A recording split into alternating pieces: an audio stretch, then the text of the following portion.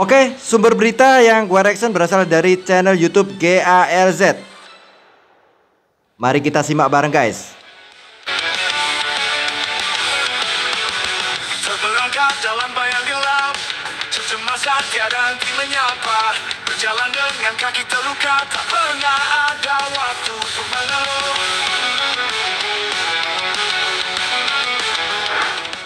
Sebuah kekalahan yang terbilang menyakitkan, walaupun harus diakui juga kalau Jepang memang unggul dari sisi kualitas dan pengalaman. Ya, para pemain timnas Indonesia udah melakukan semua yang mereka bisa, tapi apa daya, memang kualitasnya masih segitu. Tentu saja bagaimanapun pasti sedih dengan kekalahan ini, tak terkecuali JSS yang usia laga, bahkan sampai secara khusus ditemani oleh Kevin Dix meminta maaf di depan Ultras. Gak cuma itu aja, ada juga momen Eliano Reinders yang terlihat jelas dari sorot matanya jika ia merasa sedih gak bisa membantu tim lantaran gak masuk list pemain. Hal yang kemudian coba untuk ditenangkan oleh Kevin Dix yang pastinya juga merasa sedih karena debutnya harus dilalui dengan gak enak. Cedera plus kekalahan telak, dan yang paling menyayat hati adalah reaksi Pak Erik yang terlihat merenung sendirian di pojok tribun. Meskipun begitu, beragam dukungan pun tidak henti-hentinya mengalir untuk timnas Indonesia. Ya bagaimanapun, para punggawa timnas Indonesia harus mendengarkan dan mencerna baik-baik pesan dari para legenda dunia seperti Roberto Carlos, Luis Garcia, Juan Sebastian Veron,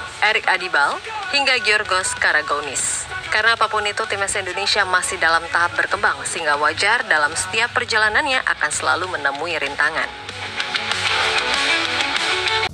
Oke, selamat datang kembali di channel YouTube Aan Azad ya. Ini adalah lanjutan reaction gua sebelumnya di video yang tadi guys ya. Cuman di video ini lebih ke reaksi kecewa dari Bapak Erick Thohir sampai di ruang ganti pemain. Bapak Erick Thohir sampai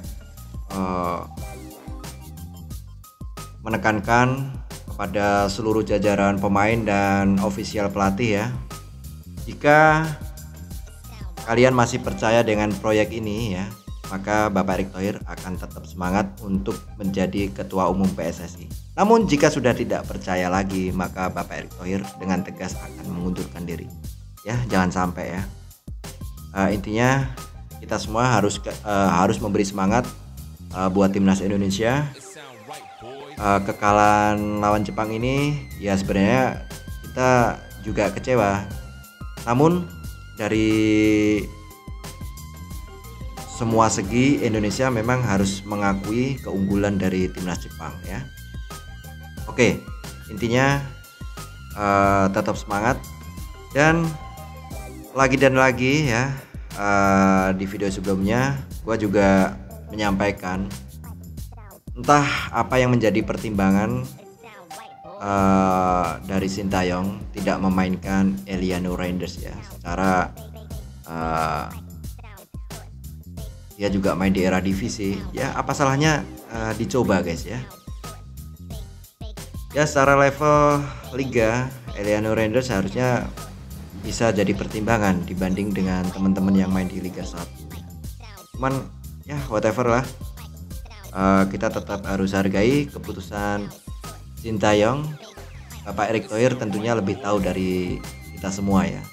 Kita hanya menonton ya, apapun itu tetap support apapun keputusan dari pihak pelatih kita Sintayong ya. Semoga di laga-laga berikutnya Indonesia bisa memenangkan laga guys ya. Ini harga mati. Oke, langsung aja kita lanjutkan, simak bareng kabar berita mengenai reaksi berita terhadap pertandingan Indonesia ketika melawan Jepang guys.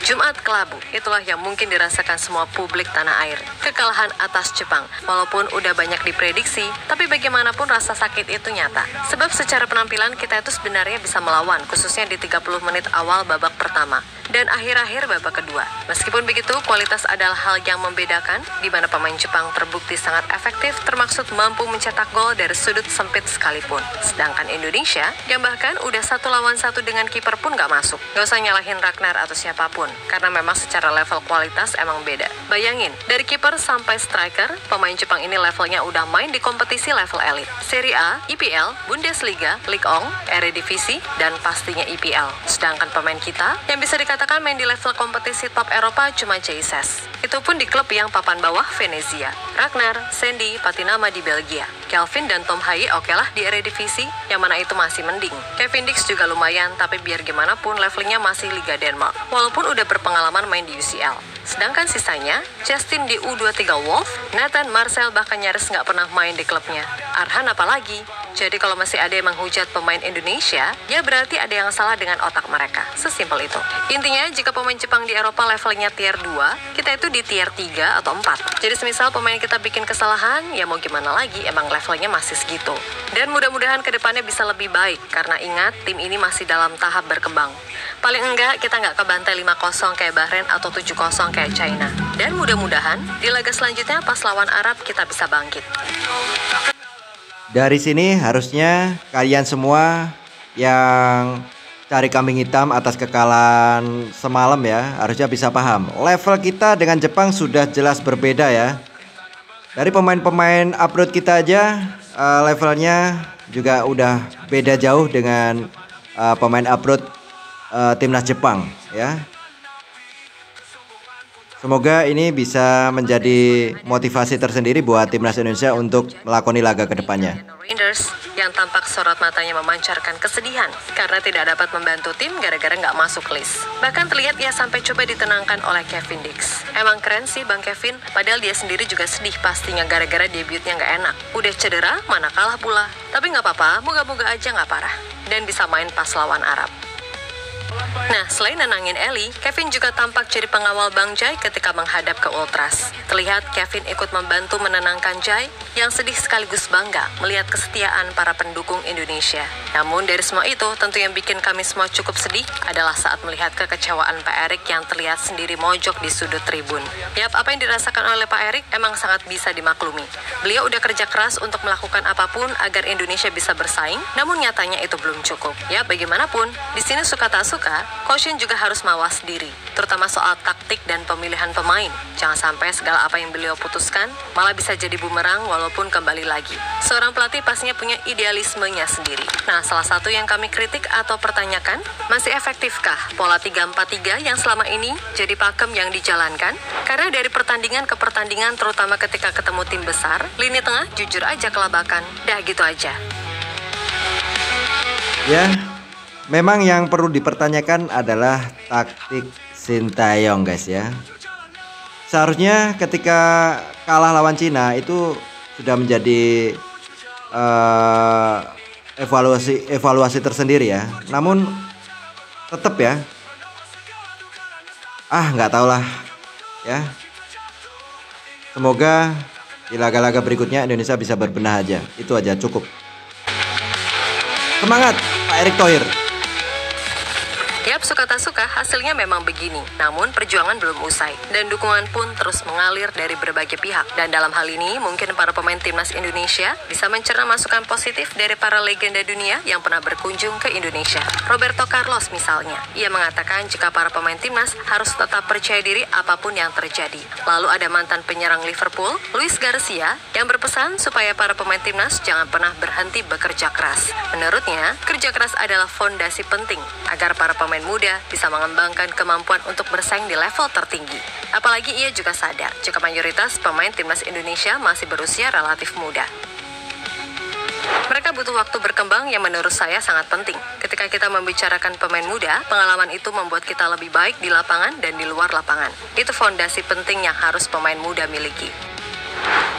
Selanjutnya ada Eric Abidal, yang mana dia mengatakan untuk terus percaya pada proses. Karena bagaimanapun, Tuhan pasti akan membukakan jalan bagi setiap orang yang senantiasa bekerja keras. Pun begitu dengan Juan Sebastian Veron, mantan pemain timnas Argentina tersebut mengingatkan kepada punggawa timnas untuk tetap percaya dengan kemampuan yang mereka miliki. Saya berpesan yang paling penting itu adalah percaya diri pada segala yang dijalani. Terus bekerja keras dan rasakan cinta pada sepak bola untuk meraih mimpi setinggi mungkin.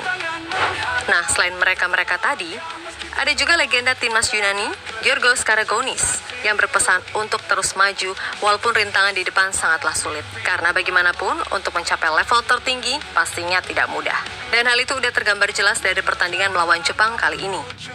Kalian harus tetap percaya pada cita-cita dan semangat kepada sepak bola. Anda harus memanfaatkan setiap waktu dan menghadapi situasi sulit. Karena menurut saya sepak bola lebih banyak masa sulit daripada masa indah.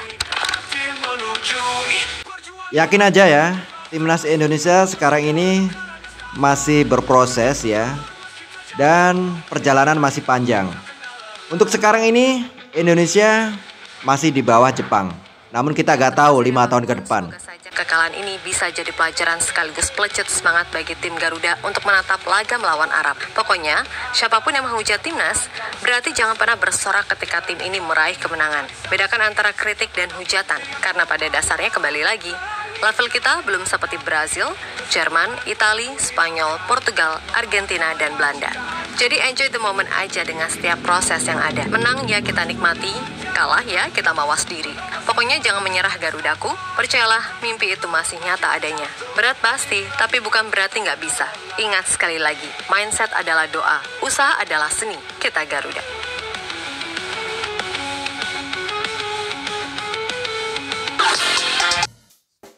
Oke guys, ya itulah kabar berita yang udah gua reaction buat kalian semua, tentunya fan fanatik dari timnas Indonesia ya. Mindset adalah doa, usaha adalah seni ya. Semangat terus buat Bapak Erick Thohir, semangat terus buat punggawa timnas Indonesia ya. Perjalanan masih jauh, kesempatan masih ada. Dan buktikan di laga nanti tanggal 19 ketika menjamu Saudi Arabia. Kalian pasti bisa menang lawan Arab ya. Dan gua harap timnas mampu memenangkan laga itu. Itu harga mati ya. Karena jika Indonesia imbang atau kalah ya sudahlah ya. Peluang Indonesia mungkin bisa masuk 4 besar di grup C ini pupus sudah ya. Ya ini realistis saja guys ya. Dan kita harus mawas diri, harus berkaca, harus berproses terus ya. Jika nanti Indonesia tidak mampu memenangkan laga melawan Arab guys ya. Karena cuman itu satu-satunya cara jika Indonesia mau tampil di Piala Dunia 2026 ya. Indonesia harus menang lawan Arab Saudi dan Indonesia harus menang melawan Bahrain di kandang sendiri, melawan Cina di kandang sendiri, dan imbang minimal ketika tandang di kandangnya Australia. Itu harga mati guys jika timnas Indonesia menginginkan tampil di Piala Dunia 2026. Namun jika target itu meleset ya, kita tetap semangat ya. Kasih support terus buat timnas Indonesia.